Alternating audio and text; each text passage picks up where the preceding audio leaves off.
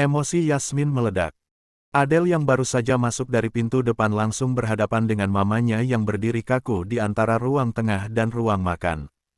Suasana rumah sunyi, hanya suara angin malam yang menggerakkan tirai jendela. Jam di dinding menunjukkan pukul 8 malam. Adele masih mengenakan rok seragam sekolahnya, meski atasannya sudah diganti dengan blus pendek berwarna gelap. Tas sekolah masih tergantung di bahunya, seolah-olah menjelaskan kalau ia bahkan tak sempat pulang ke rumah sejak pulang sekolah tadi. "Dari mana kamu baru pulang jam segini?" Suara Yasmin terdengar tegas, nyaris menusuk. Wajahnya menegang, ekspresi campuran antara marah, cemas, dan lelah.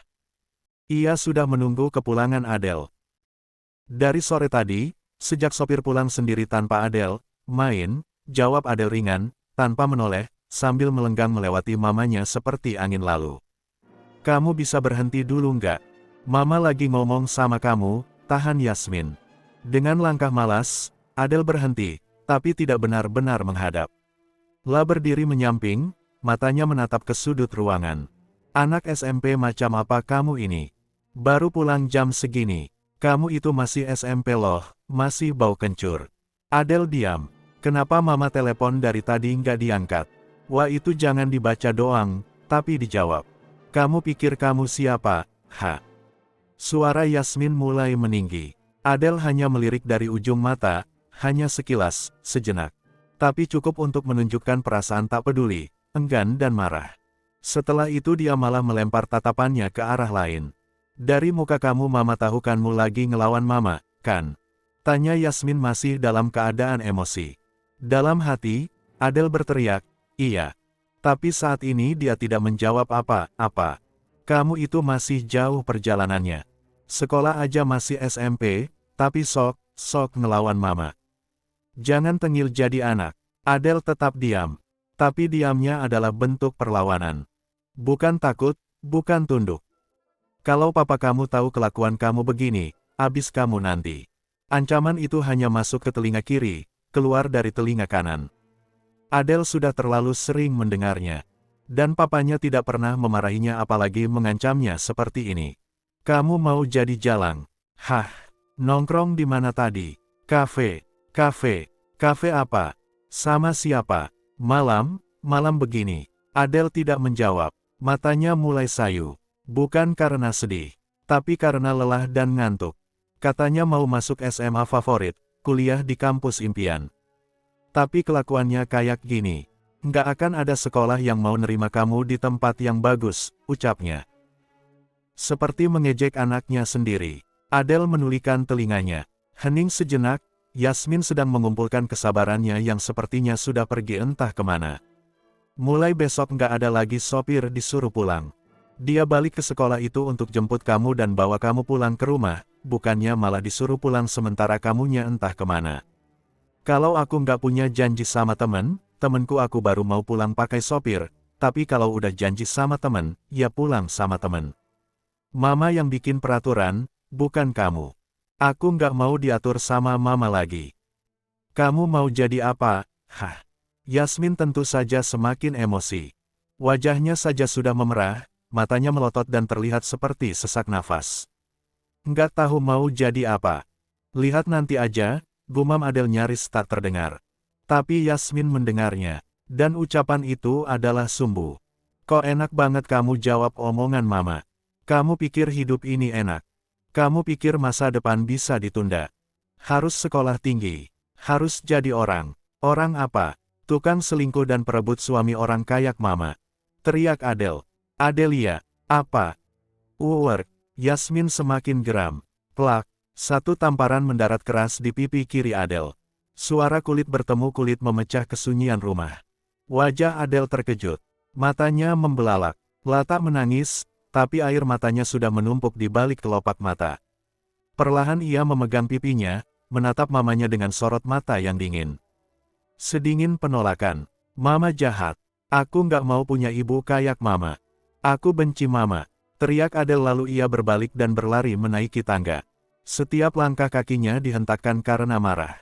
Beberapa detik kemudian, terdengar suara pintu dibanting dari lantai atas. Menggelegar. Rumah kembali sunyi. Tapi kali ini bukan karena damai. Sunyi yang mencekam. Yasmin berdiri mematung, tangan kanannya yang tadi menamparkan kini menggigil. La terisak, pelan, tapi cukup untuk membuat dadanya terasa sesak. Tangannya menutup wajah. Tubuhnya melemas, lalu ia berbalik dan berjalan gontai menuju kamarnya sendiri. Sementara itu di balik pintu dapur, sepasang mata menyaksikan semuanya. Mbak Darcy, pembantu rumah tangga yang sudah bekerja sejak Adele masih balita, berdiri terpaku. Ia menahan napas saat mendengar tamparan itu. Tangannya refleks memeluk tubuhnya sendiri. Matanya berkaca, kaca mengingat Adele. La tahu, ini bukan hanya tentang remaja yang pulang malam. Ini tentang luka yang tidak pernah sembuh, tentang hubungan ibu dan anak yang perlahan retak. Mbak Darcy mundur pelan-pelan, lalu berlari ke kamarnya. La mengambil handphone dari atas lemari kecil dan duduk di ujung ranjang. Tangannya gemetar. Ia membuka daftar kontak, lalu menatap layar lama. Dengan ragu ia mengetik pesan. Bukan ke Yasmin, bukan ke Adele, tapi ke seseorang yang mengawasi rumah ini dari luar. Seseorang yang bisa bicara, yang mungkin bisa menyelamatkan. Pak Ryan, maaf ganggu malam-malam. Tapi kayaknya Adele butuh bantuan. Barusan ditampar Bu Yasmin. Saya nggak tahu harus apa. Tapi saya takut ini jadi makin buruk. Pesan terkirim. Mbak Darcy memeluk handphonenya, berdoa. Dalam diam agar seseorang datang sebelum segalanya terlambat. Di lantai atas, di dalam kamarnya yang setengah gelap, Adele terduduk di sudut ranjang, pintu kamar terkunci rapat. Tirai sudah ditutup sejak sore, membuat suasana ruangannya terasa dingin. Tapi bukan itu yang membuat dadanya sesak. Air mata mulai turun satu-satu, pelan, lalu makin deras seiring dengan sesenggukan yang tak bisa ia tahan lagi. Tangan mungilnya masih menempel di pipi kiri yang kini terasa perih, panas, dan tertampar secara harfiah dan batiniah. La menunduk, menyembunyikan wajah di balik lututnya yang ia peluk erat. Tubuhnya terguncang pelan. Semua yang ia tahan sejak tadi pecah tanpa bisa dibendung. Tangisnya tidak lagi ditahan. La menangis sejadi-jadinya, seperti anak kecil yang kehilangan arah. Dengan tangan gemetar, ia meraih ponselnya di tas yang tadi ia lempar sembarangan. Sambil menarik napas tersendat, ia membuka layar dan mencari satu nama, Kak Ina. Lalu ia menekan ikon telepon. Sambungan berjalan. Adele tahu di Sinakpura ini sudah malam, tapi dia berharap Kak Ina tidak keberatan menerima panggilannya ini. Halo, Del, suara lembut dari seberang langsung menyaparnya. Adele tidak menjawab langsung. Suara isak tangisnya lebih dulu terdengar. La belum bisa bicara, mendengar suara kakaknya itu. Malah membuatnya semakin merasa sedih. Del, sayang, kenapa? Adele terus menangis, Ina pun menjadi panik dibuatnya. Kamu kenapa? Bisa cerita ke kakak. Kamu dimarahin Tante Yasmin ya? Atau berantem? Kak, aku ditampar mama. Suara Adele pecah di antara tangis. Ya Allah. Del, kamu di mana sekarang? Di kamar. Aku di kamar. Aku nggak tahan lagi, Kak. Aku capek. Aku bener capek. Tadi aku cuma pengen pulang cepat karena capek. Karena pusing. Karena pengen cerita sama temen. Tapi Mama bilang aku jalang. Adele sayang, kamu bukan jalang, kamu anak yang hebat. Dengerin Kalak, kamu itu cerdas, kamu punya masa depan. Kamu cuma lagi sedih. Tapi kamu nggak sendiri. Adele terisak lagi, suaranya gemetar. Kak, aku benci rumah ini. Aku pengen keluar. Kak, tolong aku. Aku takut sama mama. Aku takut Kak. Tenang sayang, tenang dulu. Kamu kunci kamar kamu ya. Jangan buka dulu. Kakak akan cari cara. Kakak akan bantu. Sekarang kamu tarik napas pelan-pelan, tahan, terus buang, bisa, sayang. Di seberang, terdengar suara napas Adele yang mulai mencoba mengikuti irama, gitu. Bagus. Kakak dengar kamu. Kamu hebat. Kamu kuat, Del. Tapi kamu juga boleh sedih, boleh marah. Boleh takut kamu manusia. Kamu anak baik. Malam itu, mereka hanya berbicara lewat ponsel. Tapi kehangatan suara Ina menembus dinding-dinding kamar, nenenangelkan hati Adele yang porak-poranda. Malam itu, di antara isak tangis dan suara lirih penuh kasih, perlahan luka di hati Adele punya tempat untuk ditampung, dan meski tak ada pelukan, suara Kak Ina terasa seperti selimut. Menghangatkan, menjaga, menenangkan. 6 hours later. Rahasia kecil Ina dan papanya. Selasa sore itu langit Singapura tampak sedikit mendung, seolah menggambarkan suasana hati Ina yang juga mendung oleh berbagai pikiran di kepalanya. La tidak langsung pulang ke apartemennya selepas kantor, melainkan justru menyetop taksi dan menuju ke apartemen mamanya. Hari ini memang dia sedang tidak ingin naik MRT seperti biasanya, karena selain ramai, moodnya juga sedang tidak baik. Di pangkuannya, sebuah kantong kertas berisi beberapa kotak cheesecake di dekapnya hati, seolah makanan itu adalah bagian dari upaya untuk menghangatkan percakapan yang sebentar lagi akan terjadi. Cheesecake itu sebenarnya dibelikan oleh orang rumah Danis ketika ia di Jakarta hari yang lalu, dan Ina sengaja menyimpannya untuk dibagikan pada orang-orang terdekatnya. Untuk Jimmy dan Chenny, untuk mamanya, dan tentu saja Tommy. La ingin berbagi sedikit rasa manis gurih di tengah semua keputusan rumit yang kini memenuhi benaknya.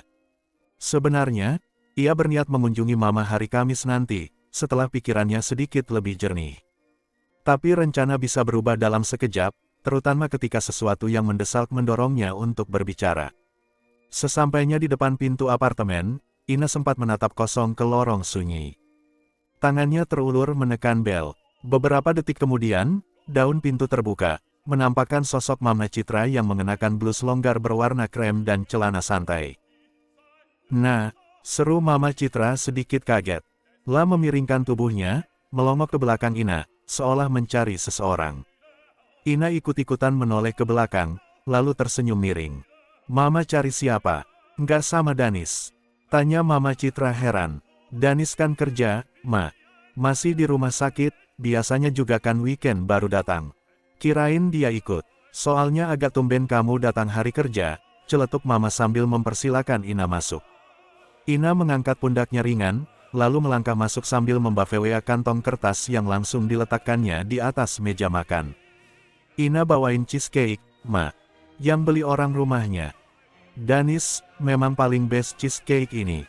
Ina bawain cuma buat Mama sama Tommy. Oh, jauh-jauh bawa dari Jakarta," komentar Mama Citra sambil tersenyum, lalu meraih kantong itu. "Iya, tapi jangan kasih uncel Adam ya, Ma. Nanti kolesterolnya naik." Mama Citra terkekeh. Dia juga lagi diet. Makan ini bisa berabe kalau ketahuan dokter. "Mama simpan di kulkas ya, kecuali satu ini. Buat ngemil sekarang," ucapnya sambil menyisihkan satu slice. Suasana di apartemen sore itu cukup sepi.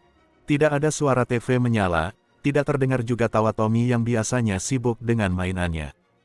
"Kok sepi, Ma? Uncel Adam sama Tommy kemana?" "Tommy lagi pengen fried chicken, jadi mereka jalan ke mall seberang tadi sih, bilang sekalian jalan sore," jawab Mama sambil membuka kotak cheesecake dan mengambil sendok. "Uncel Adam udah bisa jalan gitu?" tanya Ina sambil ikut duduk di meja makan, setelah meletakkan tas di atas sofa, lalu ia menghela napas pelan. "Sudah. Tapi ya masih pelan-pelan, nggak boleh terlalu capek. Yang penting jangan stres.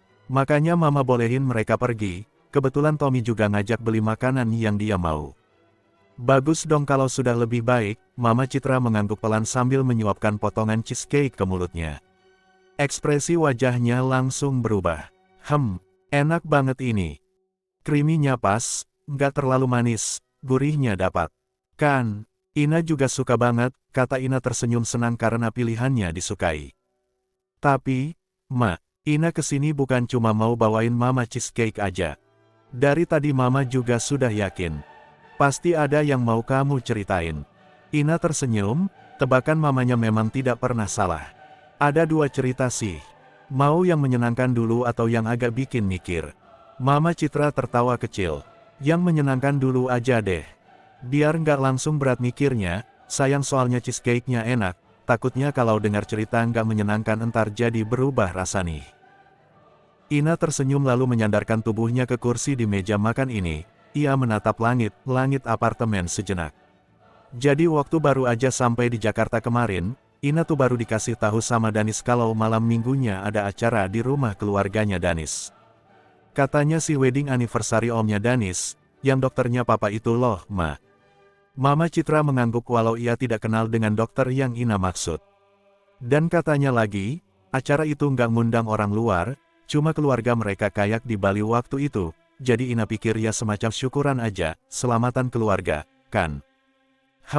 Nggak tahunya itu lebih kayak private party. Ada chef pribadi, ada live music akustik juga. Mana yang datang itu pada fancy semua. Waduh, Mama Citra menahan tawa, terus kamu gimana? Untung siangnya Danis maksa beliin Ina baju. Padahal Ina udah sempat nolak karena ngerasa sudah bawa baju rapi juga di koper. Ternyata nyelametin banget. Kalau enggak, anak mama mungkin jadi yang paling gembel di sana. Mereka berdua tertawa bersama. Hangat, suara tawa mereka menggema di ruang makan yang sejak tadi sunyi. Tapi kan kamu sudah pernah ikut pesta mereka, harusnya tabu dong. Kali ini Ina lalai, karena Ina pikir kalau di Bali wajarlah mereka kan liburan, dan tempatnya di villa, kalau ini kan cuma di halaman belakang. Rumah, siapa yang mikir bakal begitu? Bagus juga buat pembelajaran, kedepannya kan kamu jadi tahu. Kalau Danis bilang acara keluarga ataupun acara kecilan, itu berarti nggak kecil. Jangan percaya kalau Danis bilang sederhana atau kecil lagi, pembandingnya nggak sama dengan kita. Kayaknya gitu deh, padahal kan dulu mama juga sering party ya. Papa juga, tapi tetap kalah, Ma. Acara papa atau mama dulu dengan kolega atau juga teman sosialita mama, kayaknya cuman acara ngerujak buat mereka deh.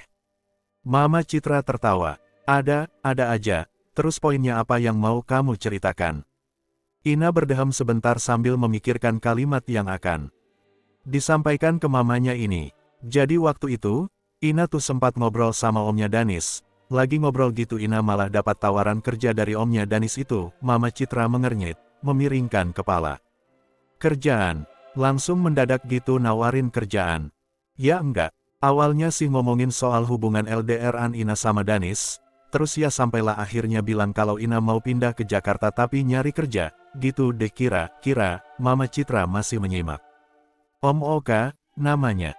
Dia nawarin Ina buat bantuin kelola jaringan restoran keluarga mereka. Katanya mereka butuh orang buat gantiin Om Oka untuk pegang dan mengawasi semua sistem dan manajemen restoran itu. Omnya itu pilot, Ma, tapi terpaksa ikut urus bisnis keluarga karena sepupunya yang lain sudah sibuk dengan pegang rumah sakit, karena kan dokter semua, salah satunya papanya Danis. Terus, jadi Om Oka ini sebenarnya dia benar-benar sibuk dan nggak punya waktu luang yang banyak, karena kan jadi pilot itu kalau terbang jadwalnya nggak tahu hari Sabtu atau Minggu atau tanggal merah. Mungkin dia mau menghabiskan waktu dengan keluarga kalau pas dia pulang terbang atau libur, nggak mau direcokin urusan kafe itu. Nah makanya dia mikir untuk mengundurkan diri dari jabatannya itu. Mungkin Ina ketemu dia lagi momen yang pas, dia bilang kalau Ina mau, Ina bisa gantiin dia dan pegang itu semua. Serius, Mama Citra mengangkat alis. Tapi, dia bisa mutusin sendiri gitu. Kan sahamnya punya keluarga. Tenang aja, Ma. Ina belum jawab iya loh saat itu, padahal masih mau dipikirin dan sekalian pengen lihat kayak apa sih kafe dan restorannya itu. Istilahnya disuruh survei dulu besoknya. Tapi belum ada sejam, papanya Danis udah nanyain soal itu juga seolah-olah Ina udah oke banget mau gantiin Om Oka. Dahsyat banget. Oh itu belum dahsyat. Tadi mama nanya soal pemegang sahamnya, kan? Mereka semua ada di sana bahkan sampai pendiri awalnya, Aki Owi. Kecuali satu, Ding. Adik papanya Danis yang di Medan, nggak datang. Tapi itu mungkin bukan satu halangan kayaknya, dan mereka semua sudah mengatakan. Oke, kurang dahsyat apa coba? Sementara untuk level Ina aja mau cari kerjaan susahnya setengah mati, harus interview sana-sini. Ini level jauh di atas Ma, Ina malah jadi ngeri sendiri. Soalnya kan nggak ada pengalaman sama sekali, kok bisanya mereka percaya gitu loh. Itu namanya rezeki. Iya, rezeki yang bikin gemeter juga. Sebentar, jadi kamu ini sekarang dihadapkan sama pilihan pindah ke Jakarta atau enggak? Iha mengangguk pelan, lah mengamati ekspresi mamanya yang berubah serius, meski tetap santai. Suasana menjadi lebih tenang. Menurut mama gimana? Ina belum tahu harus ngapain. Tapi, kalau dipikir, kerjaan di sana oke, dan Ina juga bisa bareng Danis terus. Nggak LDR lagi. Mama Citra menarik napas panjang sambil menatap sendok di tangannya. Lalu mengangguk pelan. Kalau menurut Mama sih bagus.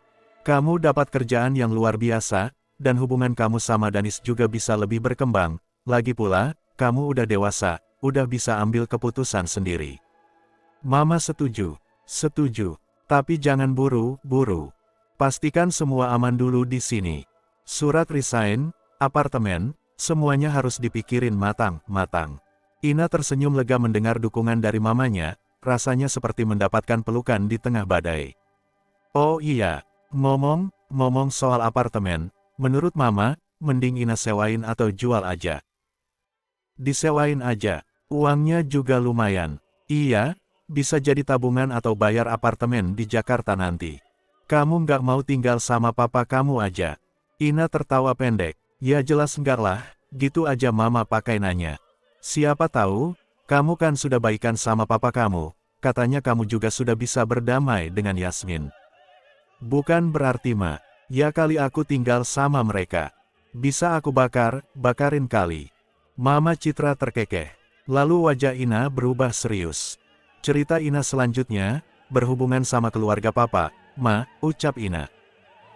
Tiba, Mama Citra menoleh, keluarga papa. Maksudnya sama Om Ryan, bukan dengan keluarga yang itu, maksudnya keluarga baru papa itu loh. Oh, kenapa? Mereka sudah berdamai akhirnya. Ina menggeleng, justru semakin parah, dan mengerikan tepatnya. Kenapa? Mereka jadi cerai maksudnya. Cerainya sih iya kayaknya, tapi penyebab perceraiannya itu yang mengerikan. Apa?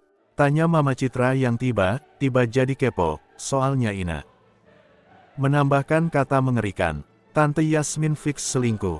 Bahkan sampai tidur bareng, bukan cuma hangout di restoran.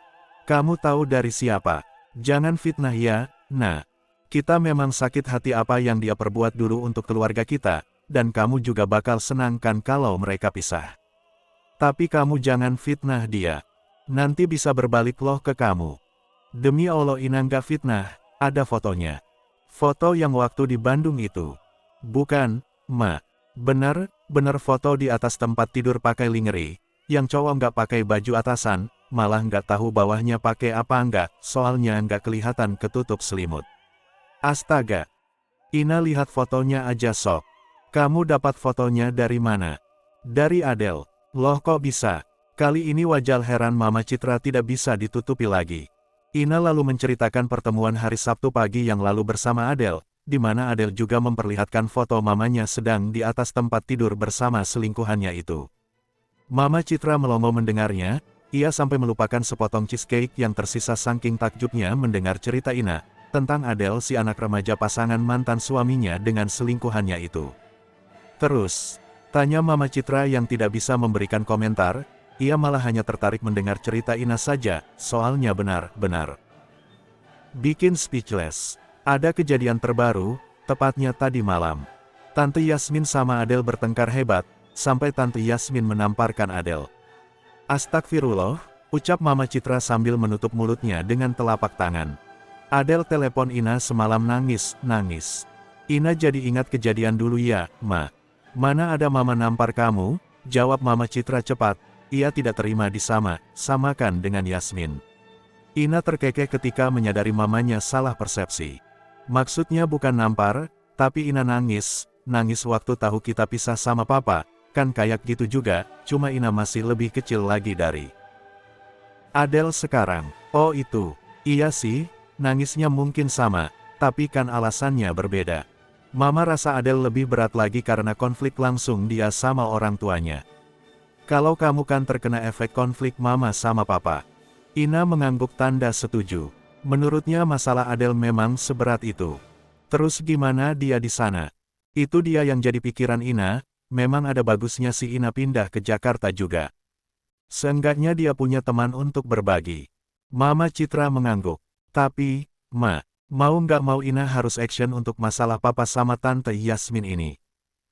Action apa maksudnya? Tanya Mama Citra bingung. Ini sih kerjasama Ina sama Om Ryan. Baliknya ke Ryan juga. Mau apa kamu sama dia? By the way Om Ryan titip salam dulu buat Mama. Waalaikumsalam. Kamu juga ketemu sama Om Ryan waktu di sana.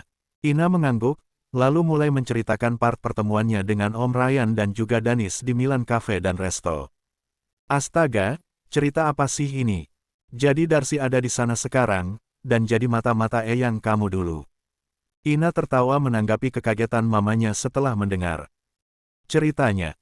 Keren kan, Mama nggak ngangka punya mertua detektif. Sekarang mantan adik ipar Mama ikutan jadi detektif. Jauh-jauh amat, bukannya anak Mama juga mau bikin kantor detektif katanya tadi. Apa namanya? Investigasi.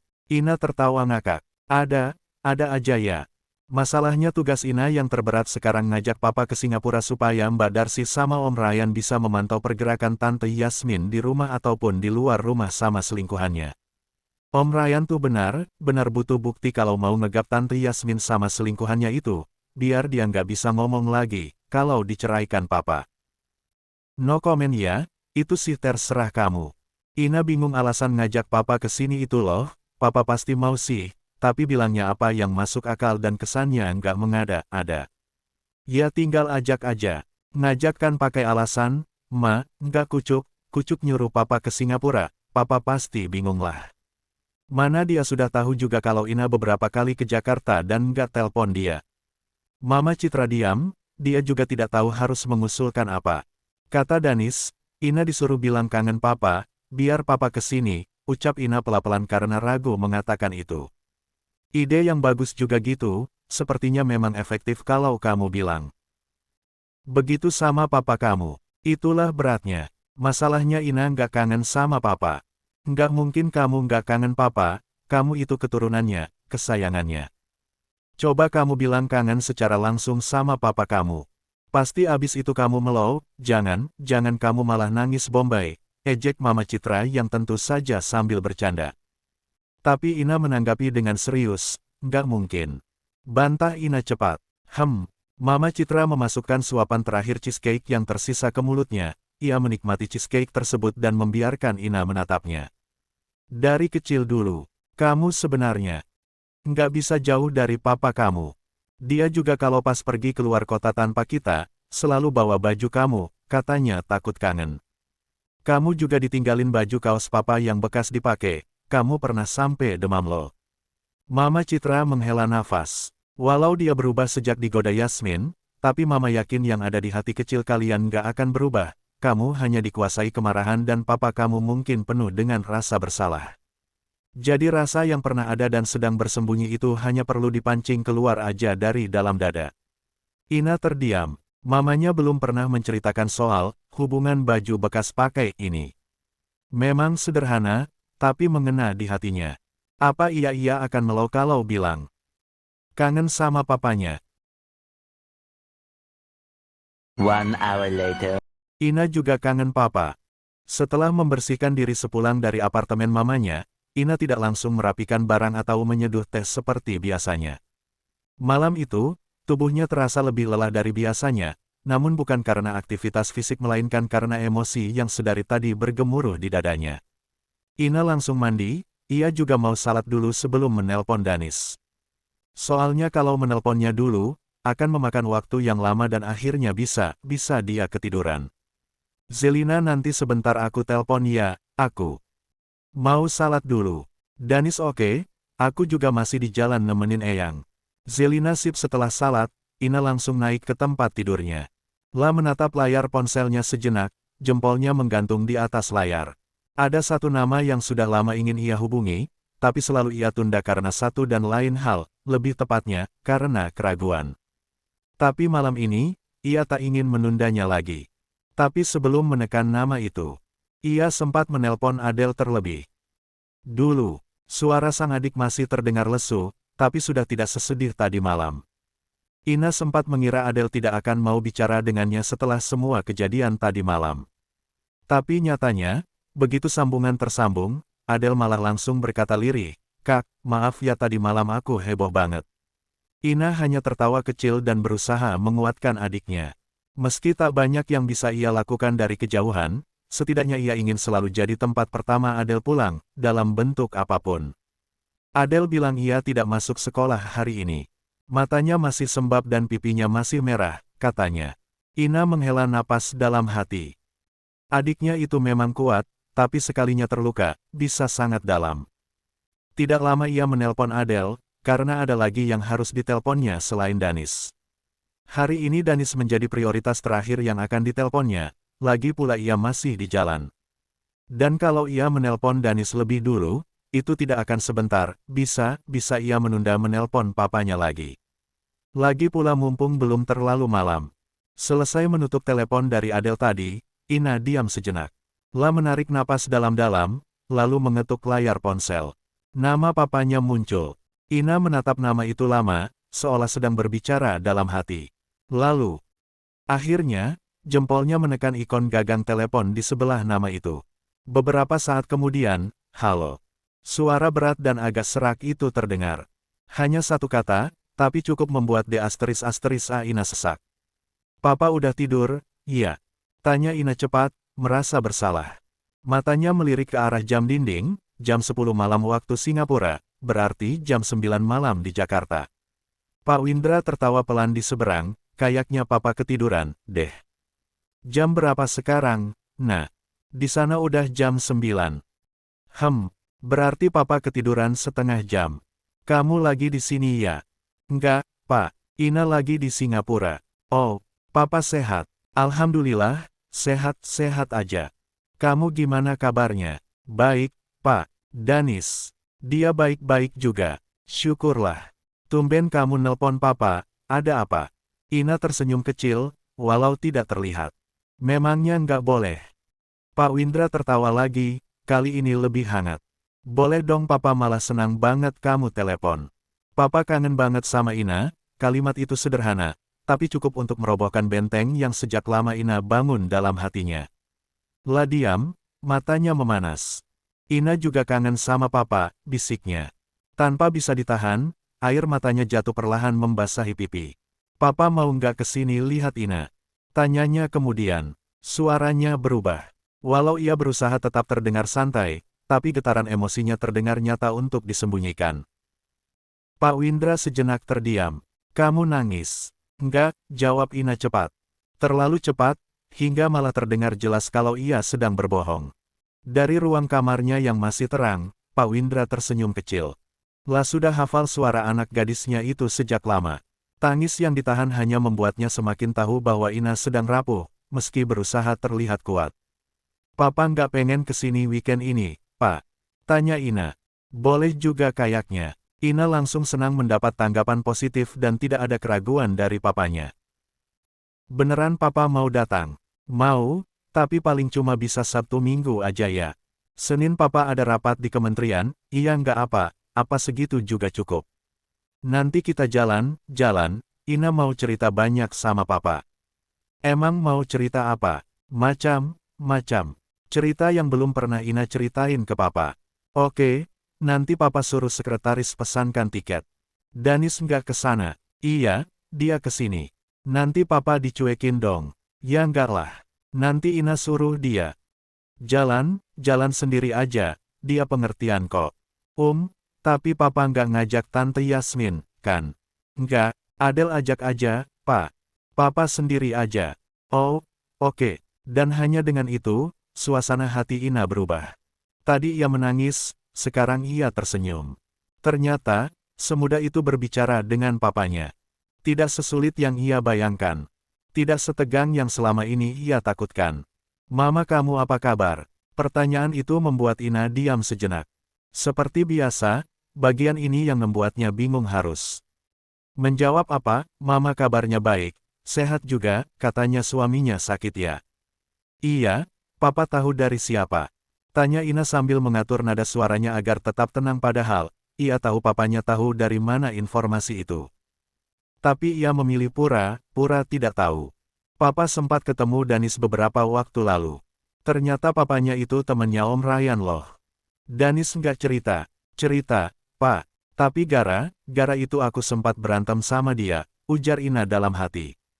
Tapi mulutnya berkata lain. Iya, Danis cuma cerita sekilas. Katanya ketemu papa. Makanya papa tahu kamu sempat datang ke Jakarta tapi langsung pulang karena suami mama kamu sakit. Oh. Danis kapan kesananya? Dia biasanya datang Jumat malam, Pak. Pulangnya Senin pagi. Apa papa datang bareng Danis aja ya? Nah, boleh juga. Nanti Ina tanya Danis, dia biasa naik pesawat jam 4:30-an dari sana. Papa belum tahu sih jadwal Jumat.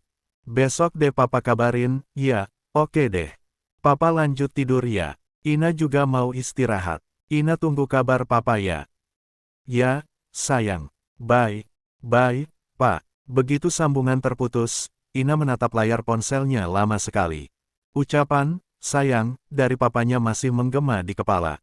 Sudah lama sekali ia tidak mendengarnya, apalagi dalam kondisi mereka bicara baik-baik seperti tadi. Terakhir kali ia ingat kata itu keluar, mungkin saat ia masih SD di masa sebelum perceraian, sebelum semua jadi rumit. La menyandarkan kepala ke bantal, membiarkan air mata terakhir jatuh di pipinya sebelum akhirnya mengering. Ada yang hangat mengalir di dadanya, entah karena lega, atau rindu yang perlahan mulai terobati. Betul saja kata mamanya, ternyata emosinya terpancing ketika bilang kangen sama papanya malam ini. Ina perasaan Ina lega. La duduk bersandar di tempat tidur, memeluk lutut sambil menatap jendela apartemennya yang menghadap ke taman kota. Lampu-lampu di luar sana masih menyala, kendaraan masih lalu lalang, tapi hatinya untuk pertama kalinya terasa tenang. La tidak tahu apa yang akan terjadi akhir pekan nanti. Tapi yang ia tahu, papanya akan datang. Dan ia punya waktu, walau hanya 2 hari, untuk memeluk sosok yang selama ini hanya ada dalam bayangan dan kenangan. Waktu 2 hari itu mungkin tidak akan cukup untuk mengganti tahun yang telah terlewati. Tapi setidaknya cukup untuk memulai kembali. Dan itu, baginya, sudah lebih dari cukup.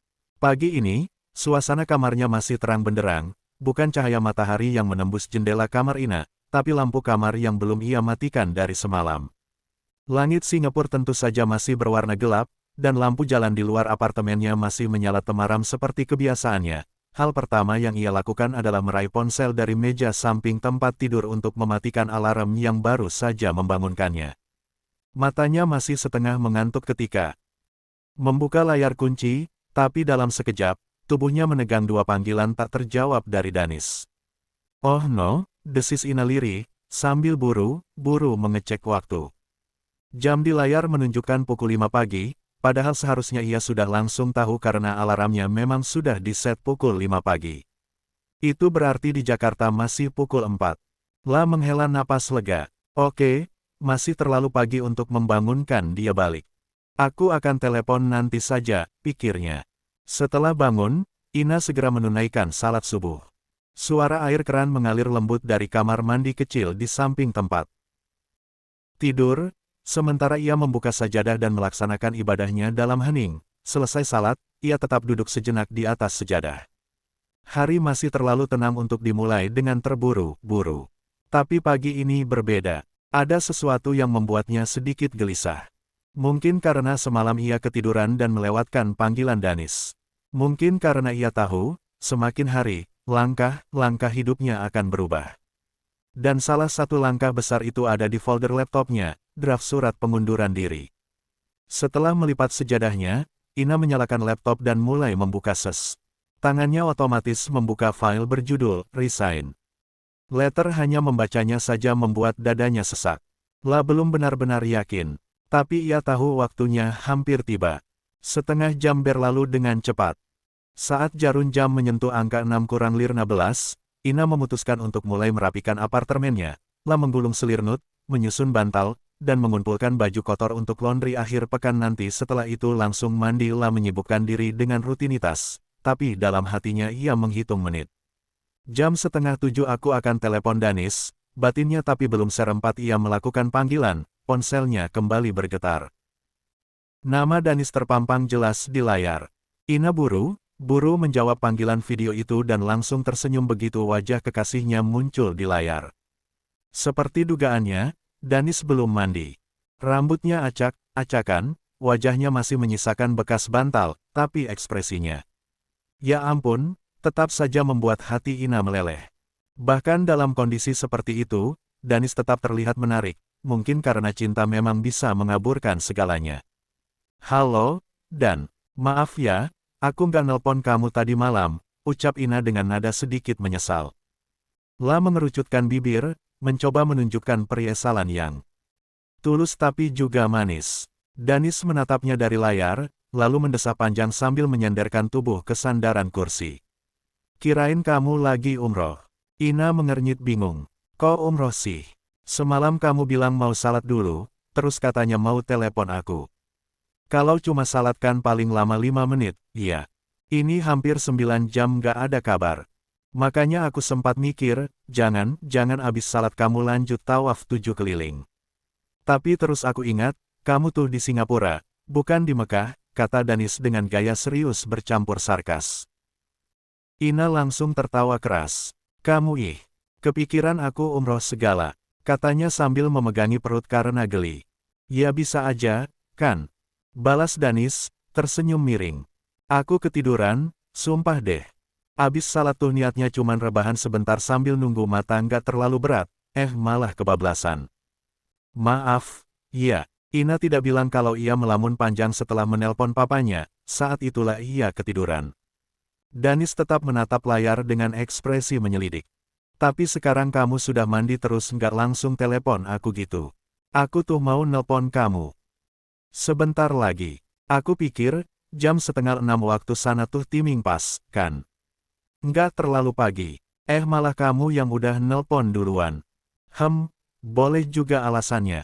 Beneran. Maaf ya. Bilangnya yang bener dong. Yang bener tuh kayak apa? Tanya Ina bingung. Danis menaikkan alis. Yang manis gitu.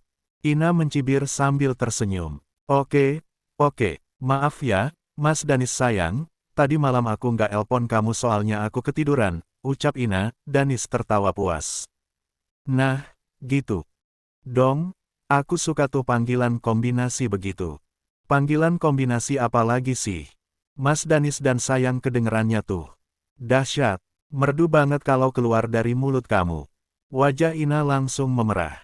La menutup sebagian wajahnya dengan tangan. Ya ampun, udah jangan bahas itu dulu. Aku mau cerita, nih. Dan tertawa senang, benar-benar mood booster pacarnya ini. Emang kamu mau cerita apa? Aku udah telepon papa kemarin. Mata Danis membesar sedikit. Serius. Terus, kamu bilang, kangen gak sama papa kamu? Bilang dong, jawab Ina bangga. Danis mengangguk pelan. Tuh kan, bisa, ternyata. Tapi, papa duluan yang bilang kangen sama aku. Aku cuma bales doang, kata Ina dengan senyum licik. Danis langsung tertawa. Dasar, Miss Gengsi, Ina ikut tertawa. Papa bilang mau datang hari Sabtu. Tapi dia juga sempat bilang pengen barengin kamu, katanya. Oh gitu, boleh aja sih. Tapi jangan motong waktu kunjunganku dong, aku nggak mau datang hari Sabtu. Jadi kalau mau bareng aku, hari Jumat, ya. Iya, aku juga udah bilang gitu. Tapi papa masih mau cek jadwal dulu sama sekretarisnya. Hari ini dia mau kabarin, Danis mengangguk, sok serius. Tapi kalau gitu, aku doain deh semoga papa kamu nggak bisa hari Jumat. Ina melotot di depan layar. Jahat banget sih. Biarin, aku pengen bisa peluk kamu duluan tanpa gangguan. CKK, gimana sih? Masa aku tarik lagi omonganku? Ya bilang aja, Danis belum tahu Jumatnya bisa jam berapa, gitu. Diplomatis kan? Ina menghela napas panjang sambil gelengkan kepala. Males Masa aku bilang gitu tiba-tiba, terus kalau papa bilang, oke, berangkat Jumat, masa aku malah ngeles, nggak enak dong. Danis menyengir. Ya udah deh, aku terima nasib aja kalau bareng papa kamu duluan. Nah gitu dong, itu namanya calon menantu idaman, kata Ina menggoda. Oh itu nggak usah diragukan lagi. Mereka tertawa bersamaan. Percakapan itu ringan, tapi cukup untuk menghangatkan pagi. Wajah-wajah mereka di layar saling memandangi, penuh cinta dan tawa. Oh iya, kata Danis tiba-tiba. Kamu jangan lupa kasih tahu Om Ryan ya, soal papa kamu mau datang. Nanti sia-sia lo kalau dia nggak tahu. Untung kamu ingetin. Iya, aku telepon abis ini. Oke, nanti kamu sampai kantor kabarin aku ya. Iya, sayang. Danis menatap layar dengan senyum mengembang. Kata sayang, dari Ina terdengar semakin luwes sekarang, tidak lagi kaku atau malu-malu seperti dulu. Dan buat Danis, itu adalah kemajuan besar, sebuah tanda bahwa hatinya diterima, dan cintanya tumbuh di tempat yang tepat. Pagi pun beranjak menuju terang. Sinar matahari perlahan menelusup ke selat tirai apartemen Ina. Di Singapura. Sementara Danis juga bersiap untuk mandi dan menghadapi hari panjang di rumah sakit. Tapi tidak ada lelah atau berat hati. Karena sebelum semuanya dimulai, pagi mereka telah diisi oleh tawa, panggilan manis, dan rasa yang saling dipelihara. Mereka menutup telepon dengan hati yang lebih ringan. Hari kerja boleh dimulai, tapi cinta mereka terus berjalan, tanpa jeda. She's in Rhode Island. Uncle makes you feel older, yeah.